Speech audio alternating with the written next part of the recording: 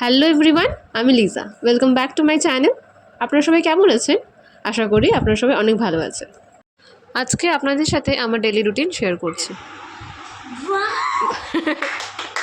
খুদি আজকে পড়াতে গিয়ে আমার সাথে এমনটা হবে আমি কখনোই ভাবিনি।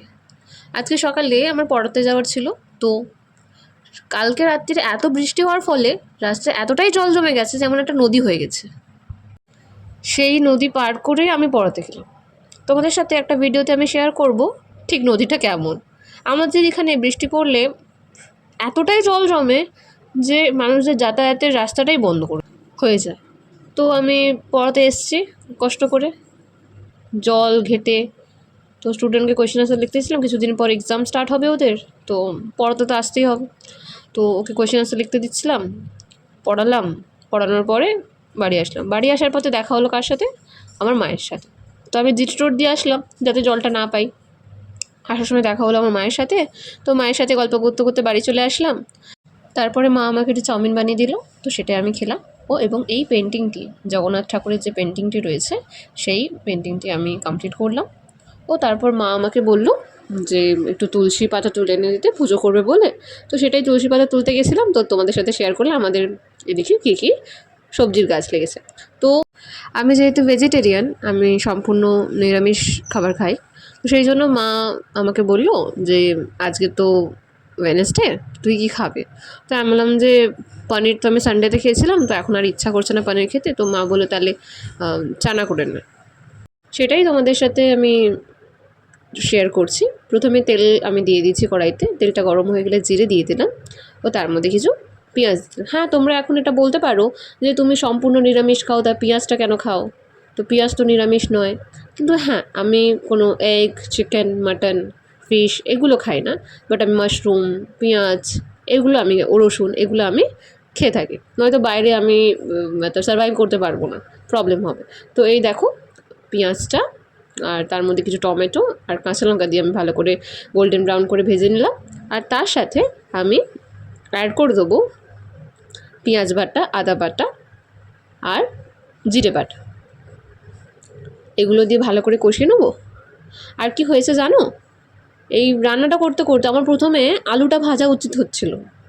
আলুটা ভেজে রেখে তারপরে মশলাটা কষালে ভালো হতো। আমি তাড়াহুড়োর চক্করে আগে মশলাটা কষিয়ে নিয়েছি আর তারপর আলুটা ভাজতেই ভুলে গেছি। তো তারপরে মাথায় এলো তো এর মধ্যে আলুটা দিয়ে দিই না, তাহলেই তো সেদ্ধ হয়ে যাবে, মশলাটাও তার মধ্যে ঢুকে যাবে। আর এদিকে ভালোই হলো, তেল কমে রান্না হচ্ছে। আলু ভাজতে গেলে আবার তার মধ্যে এক্সট্রা করে তেল দিয়ে আলুটা ভাজতে হতো। তো আমি কিছুটা এখানে জলটা অ্যাড করে দিয়েছি, দিয়ে এবার ছোলা, যেটাকে আমরা বলি চানা, সেটাকে অ্যাড করে দিলাম এবং ভালো করে ফুটিয়ে নিলাম।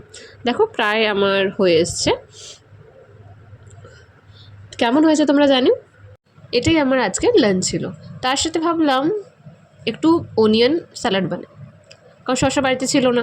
তো পেঁয়াজটাকে স্লাইস করে কেটে নিয়েছি, একটু লেবু দিয়ে দিলাম, একটু লঙ্কার গুঁড়ো আর নুন দিয়ে ভালো করে তাকে মিক্স করে নিলাম।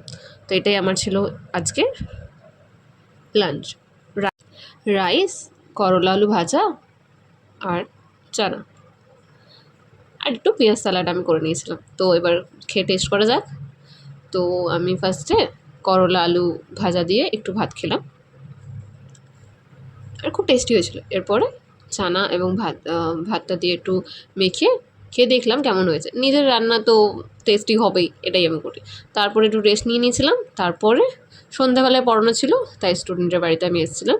আর এর ভিডিও তো তোমরা আগেও দেখেছো। আর এই ম্যাথসে খুব এক্সপার্ট, ওকে প্রায় আমি 7 বছর ধরে পড়াচ্ছি, এখন ক্লাস 6-এ পড়ে। ম্যাথসে ও যখন কনসেপ্ট ওর ক্লিয়ার থাকে না, প্রত্যেকটা অ্যান্সারও কারেক্ট করে, পুরো correctly to the point answer খুব সুন্দর করে সলভ করে। আর আমাকে মানে ইমপ্রেস করে দেয়। ওই জন্য ভেরি গুড দিয়েছি ওকে, স্মাইলি দিয়েছি, স্টার দিয়েছি। তাই জন্য কত খুশি হয়ে গেছে। ওর রিয়াকশানটা তোমরা এক্ষুনি দেখতে পাবে।